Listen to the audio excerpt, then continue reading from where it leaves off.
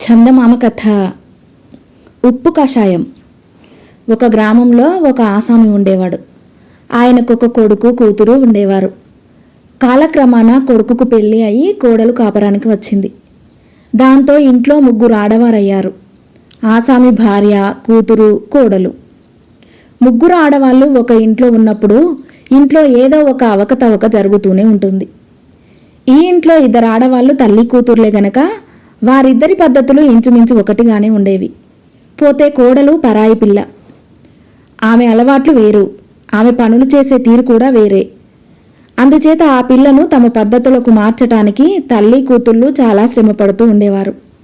కోడలు గనక ఆమెకు చెప్పినా తెలియదన్నట్టు కూడా భావించి చెప్పిన విషయాలే మళ్ళీ మళ్ళీ చెబుతూ ఉండేవారు.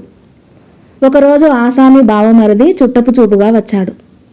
అవకతవకలు జరిగితే తన అన్న ఏమనుకుని పోతాడో అని ఆసామి భార్య ప్రత్యేకంగా జాగ్రత్త పడసాగింది. ఆవిడ బిందె తీసుకొని బావికి వెళుతూ కోడలితో, ఏమే, పొయ్యి మీద పులుసు కాగుతున్నది, అందులో గుప్పెడు ఉప్పు వెయ్యి, మళ్ళీ మర్చిపోగలవు, జాగ్రత్త అని వెళ్ళింది. 2 రోజుల క్రితం కోడలు పులుసులో ఉప్పు వేయటం మర్చిపోయింది. ఆ సంగతి కోడలికి జ్ఞాపకం చేసే ఉద్దేశంతో అత్తగారు అలా అన్నది.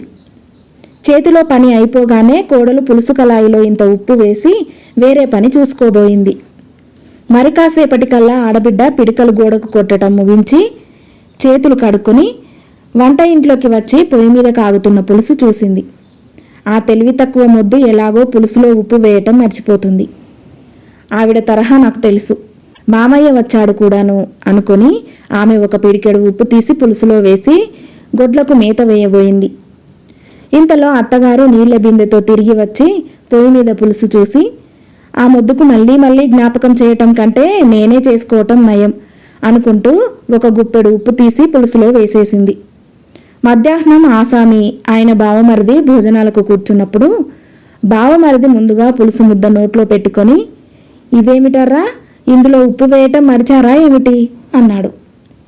వెంటనే ఆసామి భార్య, అదేమిటన్నయ్యా, నేను పులుసులో ఉప్పు వేశానే అన్నది ఆశ్చర్యంగా. వెంటనే కూతురు, నేను పిడికెడు ఉప్పు వేశానమ్మా అన్నది.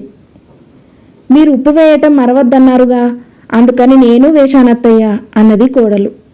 అలా చెప్పండి, అందుకే పులుసు ఉప్పు కషాయం అయింది అన్నాడు ఆసామి బావమరిది నవ్వుతూ. తన ఇంటి ఆడవాళ్ల మధ్య ఐక్యత లేకపోవటం చూసి ఆసామికి కోపం వచ్చింది. ఇక నుంచి ఈ ఇంట్లో మీరు ఎవరి పనులు వారు చేసుకోవాల్సిందే కానీ ఒకరి పనులు ఒకరు చేయటానికి వీల్లేదు అని శాసించాడు. అంతటితో ఆ ఇంట జరిగే అవకతవకలన్నీ నిలిచిపోయాయి. కథ సమాప్తం.